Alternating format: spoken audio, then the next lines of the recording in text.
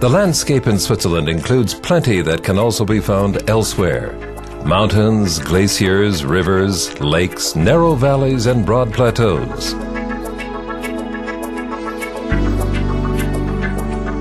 The unusual thing about this geographical diversity and the climate extremes that go with it is its concentration into a very small area within a single country.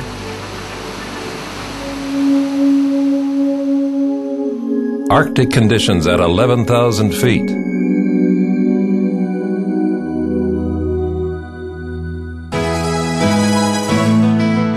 And a lush Mediterranean environment barely 60 miles away.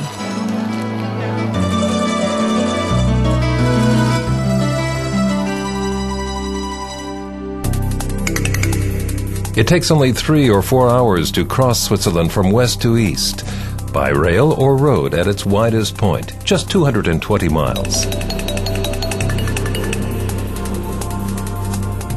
The Central Plateau is where Switzerland is most densely populated. This is where you'll find well-known big cities such as Geneva and Zurich, not forgetting the capital Bern, or Lucerne, Basel, or Lausanne.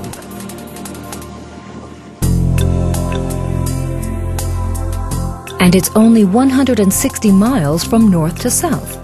But in this direction, nature takes the winding roads, railways, and homes higher and higher into the mountains. In the Alpine region, mountains reaching up to 11,000 feet dominate the landscape and habitats.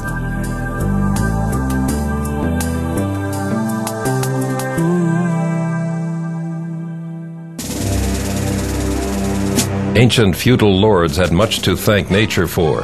They picked out strategic sites on which to build their massive fortresses, which have withstood enemy attack and the ravages of time for centuries.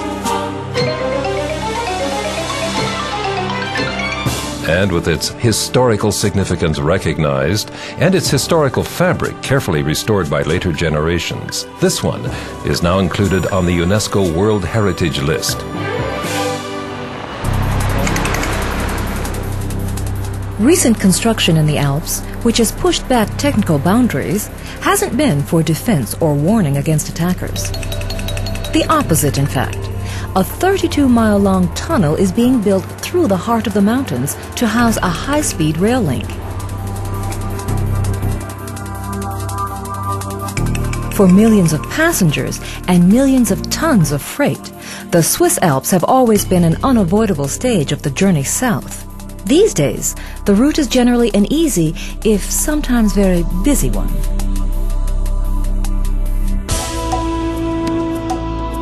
It's a pity, because people are hurrying past some of the world's most beautiful scenery, and also one of its best conserved and most easily accessible recreation areas.